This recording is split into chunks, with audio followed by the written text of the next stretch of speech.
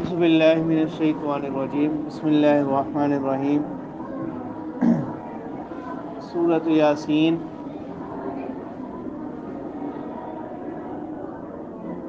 سورہ یاسین یہ قرآن مجید کی ترتیب کے لحاظ سے سورتوں کی 36ویں سورت ہے، اور نزول کے اعتبار سے یہ 41ویں سورت ہے۔ مکیۃ، مکہ میں نازل ہوئی، اور اس کی 83 آیات، 80 اور 3 اور 5 رکوع ہیں۔ اس میں چونکہ اس کا آغاز ہی یاسین سے کیا گیا، اسی مناسبت سے اس کا نام جو ہے سورہ یاسین۔ اور اس کے فضائل بہت زیادہ ہیں احادیث میں، کہ جیسے ایک حدیث مبارکہ کا مضمون یہ ہے کہ اس کو پڑھنے والا جس بھی مقصد کے لیے اس کو پڑھتا ہے تو اس کا وہ کام پورا ہو جاتا ہے۔ اور ایک فضیلت اس کی حدیث میں بھی آتی ہے کہ جان کو نہیں، کہ جس وقت کسی کی جان نکل رہی ہو اس وقت سورہ یاسین کا پڑھنا، وہ اس کی جان کو آسانی سے نکل جاتی ہے، جو موت کی ایک شدت ہوتی ہے اس سے یہ اس میں کمی کرتی ہے۔ اسی طرح اس سال ثواب میں بھی حدیث میں اس کا مضمون آتا ہے کہ کسی ایسا شخص جو فوت ہو گیا اس کے لیے سورہ یاسین پڑھنا اس کو اس سال ثواب کے لیے، اس میں بھی اس حوالے سے بھی حدیث میں اس کا ذکر آتا ہے۔ اور اس کو قلب القرآن میں کہا گیا، یہ جو سورۃ یاسین ہے یہ قرآن کا دل ہے، اس کو یہ بھی کہا گیا۔ اس کی وجہ امام غزالی رحمہ اللہ فرماتے ہیں کہ سورۃ یاسین میں جو اسلام کے اہم عقائد ہیں ان کو بیان کیا گیا، خاص طور پر عقیدہ آخرت۔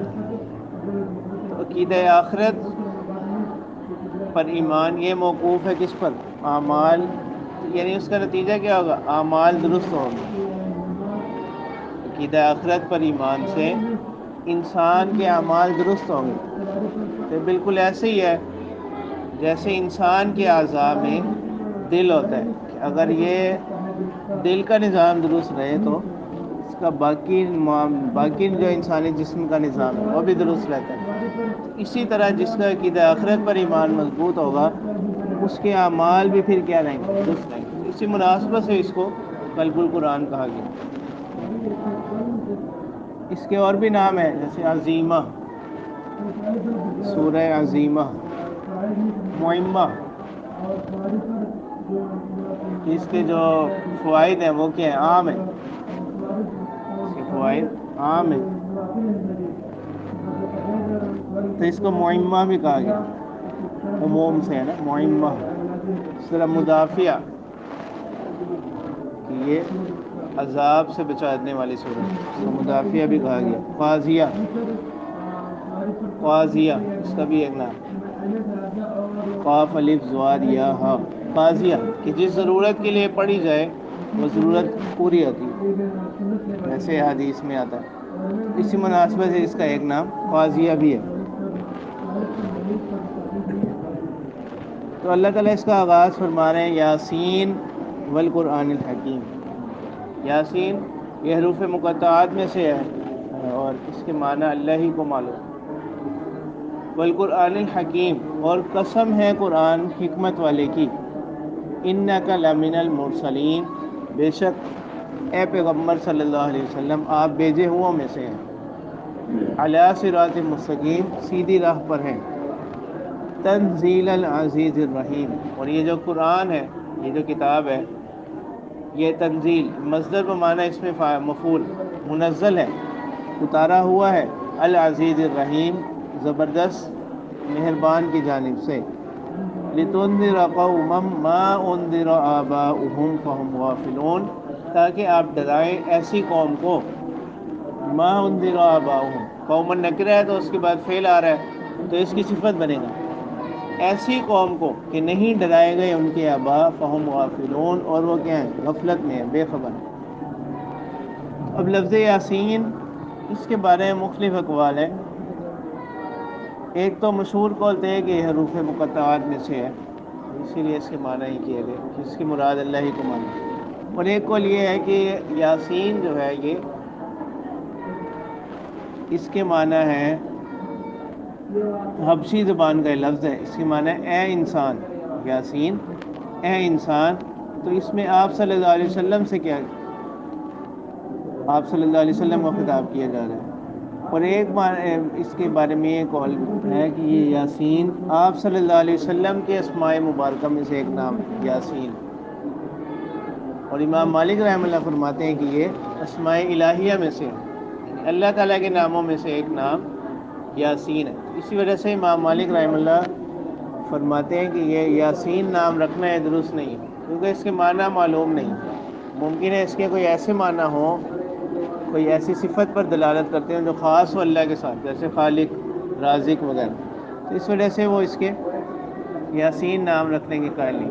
تو البتہ علماء فرماتے ہیں کہ یاسین نام رکھنا اس کی اجازت ہے، یاسین نام رکھنے کی اجازت ہے، اس شرط کے ساتھ کہ رسم الخط دوسرا ہو، یعنی یا الف یا سین یا نون. یاسین اس طرح اگر لکھا جائے تو پھر اس صورت میں علماء فرماتے ہیں کہ یہ نام رکھنے کی اجازت ہے، یاسین یا الف سین یا نون اس رسم الخط کے ساتھ اگر کہ جیسے قرآن مجید میں بھی آتا ہے نا سلام علی الیاسین. تو یہ باقی جس کی چھٹی آیت میں آ رہا ہے لتنذر قوما ما انذر آباؤہم فہم غافلون، تو یہاں جو نفی کی جا رہی ہے ما انذر آباؤہم، ان کو ڈرانے کی نفی کی جا رہی ہے. تو یہ نفی اس سے ہے کہ آپ سے پہلے ایک طویل عرصے تک ان کے پاس کوئی پیغمبر نہیں آئے. ما انذر آباؤہم سے نفی پیغمبر کے ڈرانے کی نفی ہو رہی ہے، ورنہ تو پیغمبروں کے جو نائبین ہیں، جو ان کے مبلغین، ان کی دعوت کے جو تبلیغ کرنے والے لوگ تھے وہ ان کے پاس آتے رہے. اس کی نفی نہیں ہے، نفی اس بات کی ہو رہی ہے کہ کوئی پیغمبر ان کے پاس نہیں ہے، ان کے آباء کے پاس. اسے زمانہ جاہلیت کہا جاتا ہے. یعنی زمانہ جاہلیت کس کو کہتے ہیں؟ اسلام کی آمد سے پیچھے 300 سال تک کا جو عرصہ ہے اس پر اطلاق کیا جاتا ہے زمانہ جاہلیت. آمد اسلام سے لے کر اس سے پیچھے 300 سال کا یہ جو سارا عرصہ ہے اس کو کیا کہا جاتا ہے؟ زمانہ جاہلیت اس کو بولا جاتا ہے. تو اس وقت میں بھی ان کے پاس لوگ آتے رہے ہیں، اس وقت میں بھی ان کے پاس لوگ آتے رہے ہیں جو ان کو توحید کی دعوت دیتے رہے ہیں. ٹھیک ہے. اور اس پر دلالت جیسے اس وقت بہت سے لوگ ان میں ایسے تھے جو بتوں کی پرستش کو برا سمجھتے تھے، اس سے بچتے تھے، وہاں کی جب اور بری عادات ان سے اجتناب کرتے تھے. لقد حق القول علی اکثرہم فہم لا یؤمنون. اللہ تعالیٰ فرماتے ہیں کہ ثابت ہو گئی بات ان میں سے اکثر لوگوں پر، فہم لا یؤمنون، وہ ایمان نہیں لائیں گے. یعنی وہ اپنی بدعمالیوں میں اس درجہ بڑھ چکے ہیں کہ ان کی جو توفیق وہ سلب ہو چکی ہے، ہدایت توفیق جو ہے وہ سلب ہو چکی ہے. انا جعلنا فی اعناقہم اغلالا، بے شک ہم نے ڈالا ہے ان کی گردنوں میں اغلالا، توق ڈالے ہیں. فہی الی الاذقان، اور وہ کہاں تک ہے؟ تھوڑیوں تک. فہم مقمحون، اور وہ سر ان کے اوپر کو اٹھے ہوئے، یعنی یہاں سے وہ جکڑی گئی ہے گردن تو سر اب ان کے فہم مقمحون اوپر اٹھے ہوئے، یعنی وہ نیچے نہیں اب جھک سکتے. سے یہاں پر کوئی رکاوٹ آ گئی نا تھوڑیوں کے پاس تو سر نیچے نہیں جھکتا. کوئی سخت چیز یہاں سے پکڑ لے تھوڑی کے نیچے سے تو سر اب نیچے نہیں جھکتا. تو یہ اسی طرح اشارہ ہے، فہم مقمحون، وہ سر اوپر کو اٹھے ہوئے تو اب یہ نیچے نہیں دیکھ سکتے. اسی طرح وجعلنا من بین ایدیہم سدا، کہ ہم نے، اب یہاں تشبیہ دی جا رہی ہے گویا کہ ایک کمرہ ہو کہ ہم نے ان کے سامنے، ہم نے وجعلنا من بین ایدیہم سدا، ہم نے بنا دی ان کے سامنے ایک دیوار، ومن خلفہم سدا، اور ان کے پیچھے ایک دیوار، ایک رکاوٹ. سدن کا معنی آڑ، رکاوٹ. فاغشیناہم فہم لا یبصرون، اور ہم نے ان پر کیا کر دی؟ پردے کر دی. فہم لا یبصرون، کہ یہ دیکھ نہیں سکتے. یہ دیکھ نہیں سکتے۔ تو کسی بھی چیز کو نہ دیکھنے سے جو معنی ہوتے ہیں وہ دو طرح کے ہوتے ہیں، ایک تو یہ کہ انسان اپنے آپ کو بھی نہ دیکھ سکے، کسی ایسی کیفیت میں آ جائے کہ اپنے آپ کو بھی نہیں دیکھ سکتا، اور ایک یہ کہ یہ ارد گرد نہیں دیکھ سکتا، اپنے آپ کو نہ دیکھ سکتا ہے، ارد گرد نہیں دیکھ سکتا۔ تو جو پہلی مثال دی انا جعلنا فی اعناقہم اغلالا، کہ جب ان کے سر اوپر کو اٹھے ہوئے ہیں تو اب وہ ایسی حالت میں ہوں گے کہ اپنے آپ کو بھی نہیں دیکھ سکتے۔ اور دوسرے جو مثال دی گئی وہ کہ اپنے ارد گرد اپنے آپ کو تو دیکھ سکتے ہیں، ارد گرد کو نہیں دیکھ سکتے۔ تو دونوں اعتبار سے مثالیں یہاں بیان کر دی گئی۔ وَسَوَاءٌ عَلَيْهِمْ أَأَنذَرْتَهُمْ أَمْ لَمْ تُنذِرْهُمْ لَا يُؤْمِنُونَ۔ اللہ تعالیٰ فرماتے ہیں کہ برابر ہے ان پر، أَأَنذَرْتَهُمْ، کہ آپ ان کو ڈرائیں یا نہ ڈرائیں، لا یؤمنون، یہ ایمان نہ لائیں گے، یعنی اپنی بدعمالیوں میں اس حد تک آگے جا چکے ہیں کہ اب یہ حق کو سننے کے بعد بھی اس کو کیا نہیں کریں گے، قبول نہیں کریں گے۔ تو گویا کہ سننا نہ سننا کیا ہوا، برابر۔ انما تنذر من اتبع الذکر وخشی الرحمن بالغیب، اور آپ تو صرف ڈراتے ہیں اسی کو، من اتبع الذکر، آپ صرف ڈرانے والے ہیں اسی کو، من اتبع الذکر، جو ذکر کی اتباع کرے، پیروی کرے، نصیحت کی پیروی کرے، وخشی الرحمن بالغیب، اور ڈرے رحمان سے بالغیب، بن دیکھے۔ فبشرہ بمغفرۃ واجر کریم، تو ایسے لوگوں کو آپ خوشخبری دے دیجئے مغفرت کی، واجر کریم، اور عزت کے اجر کی، عزت والے اجر کی۔ انا نحن نحیی الموتى ونکتب ما قدموا وآثارهم، بے شک ہم کیا کرنے والے ہیں، لکھنے والے ہیں، لکھ رہے ہیں، الموتى، مرے ہوں، ونکتب ما قدموا وآثارهم، اور ہم لکھتے ہیں ما قدموا، جو انہوں نے آگے بھیجا، جو اعمال انہوں نے کر لیے ان کو بھی ہم لکھتے ہیں، وآثارهم، اور جو پیچھے چھوڑے۔ آثار سے مراد نشانات، یعنی ان اعمال کے جو اثرات ہیں، ان اعمال کے جو اثرات ہیں وہ مراد ہے، جو پیچھے ظاہر ہوتے ہیں۔ اس کی تائید اس حدیث مبارکہ سے بھی ہوتی ہے کہ جس میں اللہ کے رسول صلی اللہ علیہ وسلم نے فرمایا کہ جو من سن سنتن حسنتن، کہ جو کوئی اچھا کام جاری کرتا ہے اس کو بھی اسی کے مثل اجر ملتا ہے جب تک کہ وہ کام ہوتا رہے گا، اور کرنے والوں کے اجر سے کوئی کمی نہیں ہو۔ اور اسی طرح اگر کوئی برا کام جاری کرتا ہے تو اس کو بھی اس کا گناہ ملتا رہے گا جب تک کہ وہ کام ہوتا رہے گا، اور جو باقی گناہ ہیں، باقی جو لوگ کر رہے ہیں ان کے گناہوں سے بھی کچھ کمی نہیں ہو، یعنی ان کے ساتھ ساتھ اس کو بھی کیا ملتا رہے گا، گناہ ملتا رہے گا۔ جس نے اچھا کام کرنے میں ان کے ساتھ ساتھ اس کو بھی کیا ملتا رہے گا، ثواب ملتا رہے گا۔ ٹھیک ہے، جیسے مثلا کسی نے کوئی دینی کتاب لکھ دی، یا کوئی طالب علم ہے، استاد ہے، اس نے طالب علم پڑھا دی، یا اس کی کوئی اولاد ہے، اس نے اس کی اچھی تربیت کر دی، تو اب یہ جب تک یہ سلسلہ آگے چلتا رہے گا تو پہلا جو شخص ہوگا اس کو بھی اس کا اجر ملتا رہے گا۔ ٹھیک ہے، جیسے کسی نے مسجد بنا دی تو جب تک اس مسجد میں نمازیں پڑھی جاتی رہیں گی اس کو بانی جو ہوگا اس کو ثواب ملتا رہے گا۔ ٹھیک ہے، کوئی مدرسہ بنا دیا، ٹھیک ہے، یا کوئی تعلیمی ادارہ بنا دیا، تو جب تک وہاں تعلیم ہوتی رہے گی، یا کوئی خیراتی ادارہ بنا دیا، کوئی خیر کے کام لوگوں کی آسانی کے لیے، ان کے فائدے کے لیے کوئی بنا دیا، کوئی پانی کا کنواں کھدوا دیا، تو جب تک وہ جاری رہے گا تو اس کو اجر ملتا رہے گا۔ اسی طرح اگر کسی نے کیا کیا، کوئی فحاشی کا مرکز بنا دیا، ٹھیک ہے، یا کوئی ایسی کتابیں لکھی جن میں بے حیائی کی باتیں ہیں، ٹھیک ہے، کوئی ایسی جگہ بنا دی، ایسا مرکز بنایا، تو جب تک وہ چیز چلتی رہے گی اس کو بھی گناہ ملتا رہے گا۔ تو یہ مراد ہے وآثارہم، اعمال کے اثرات۔ قدموں سے مراد وہ اعمال جو آگے بھیج دیے، اور آثار سے مراد وہ اعمال جو ان کے اعمال کے اثرات پیچھے رہ گئے۔ وَكُلَّ شَيْءٍ أَحْصَيْنَاهُ فِي إِمَامٍ مُبِينٍ، اور ہر چیز ہم نے اس کو محفوظ کر رکھا ہے، گھیر رکھا ہے، فی امام مبین، واضح کتاب، امام سے مراد واضح اعمال نامے میں، کتاب میں، صحیفے میں۔ وَاضْرِبْ لَهُمْ مَثَلًا أَصْحَابَ الْقَرْيَةِ إِذْ جَاءَهَا الْمُرْسَلُونَ، تو اللہ تعالیٰ فرما رہے ہیں کہ اے پیغمبر مثال بیان کیجئے ان کے سامنے، وَاضْرِبْ لَهُمْ، مثال بیان کیجئے ان کے سامنے، اصحاب القریہ، بستی والوں کی۔ تو ایک قریہ سے مراد بعض حضرات نے کہا کہ انطاکیہ بستی مراد، قریہ سے مراد انطاکیہ بستی مراد ہے، شہر کا نام ہے نا انطاکیہ، الف نون تو الف کاف کتاب والی یا اور ہا، انطاکیہ یہ شہر کا نام ہے. تو یہ اس بستی کا قصہ ہے.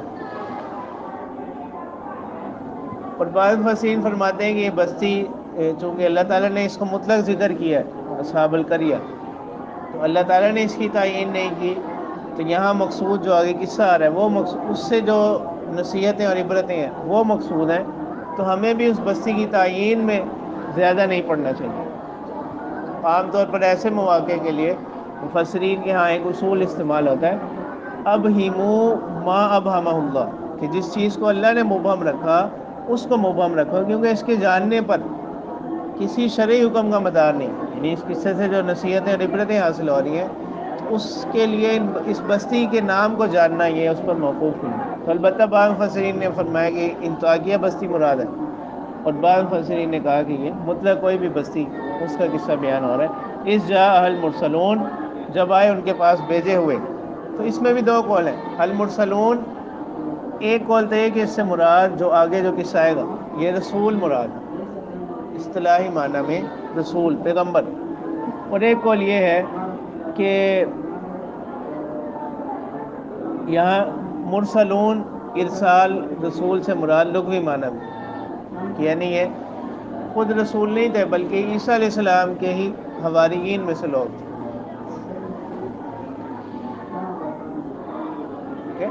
اور ان کے نام بھی اسرائیلی روایات ہیں، بہرحال کوئی یقینی ہونی ہے.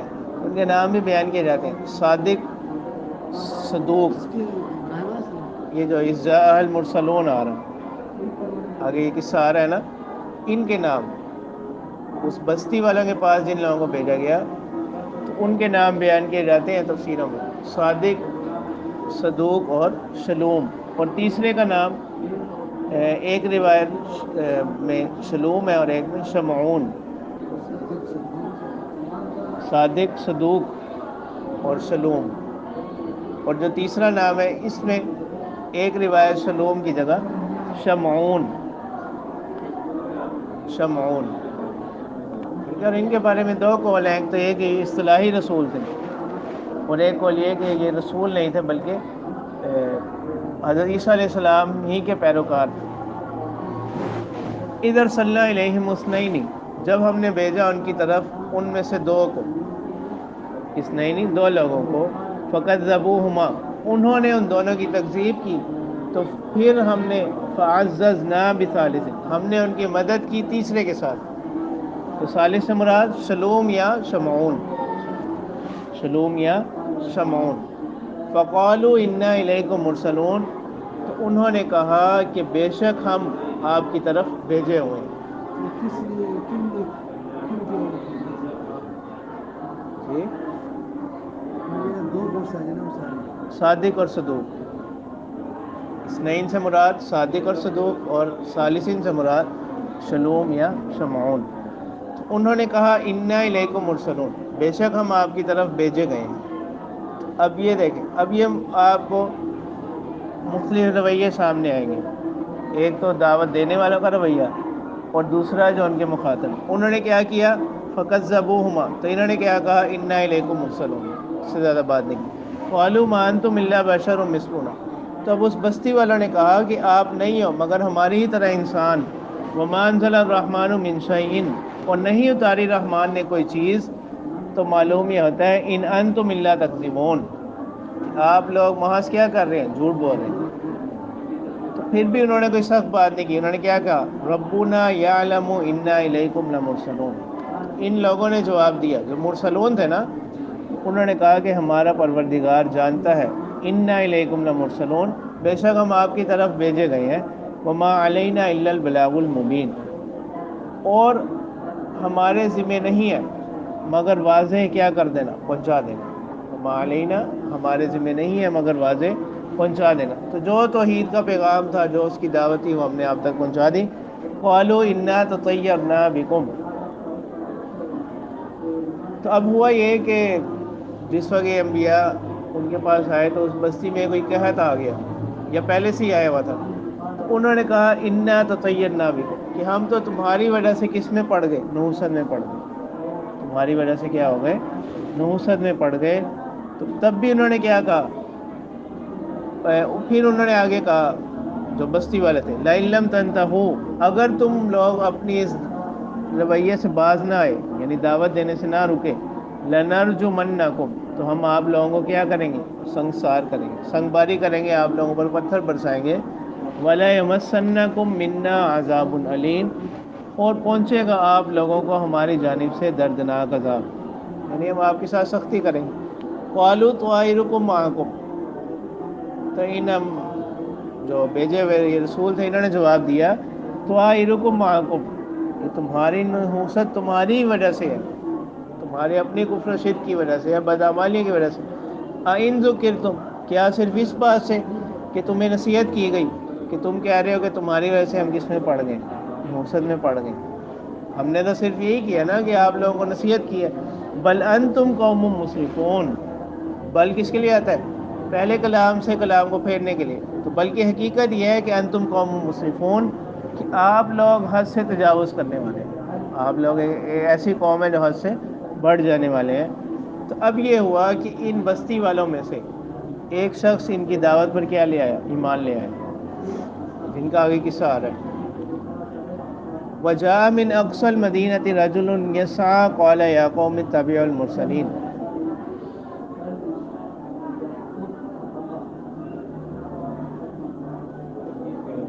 تو اللہ تعالیٰ فرما رہے ہیں وَجَاءَ مِنْ أَقْصَى الْمَدِينَةِ رَجُلٌ يَسْعَىٰ،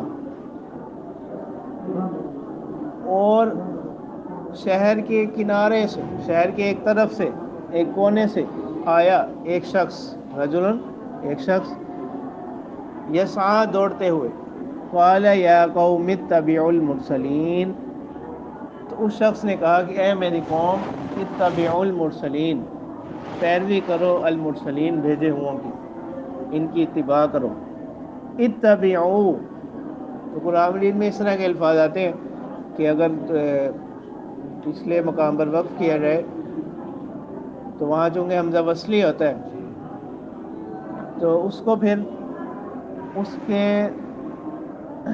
سیغے کے مطابق پڑھنا ہوتا ہے، تو یہاں کیا پڑھیں گے، اتبعوا، باب افتعال سے اتبعوا، ٹھیک ہے، تو اس لیے پھر اس میں دیکھا جائے گا کہ یہ کون سا باب ہے۔ عام طور پر اس کا یہ ہوتا ہے کہ جو اس کا تیسرا کلمہ ہوتا ہے نا، تیسرا جو حرف ہے اس کا جو اعراب ہے، عین کلمہ، اس کا جو اعراب ہے وہی ادھر آتا ہے، ٹھیک ہے، عین کلمہ جو اس کا ہوگا، تیسرا حرف جو ہوگا اس کا جو اعراب ہوگا،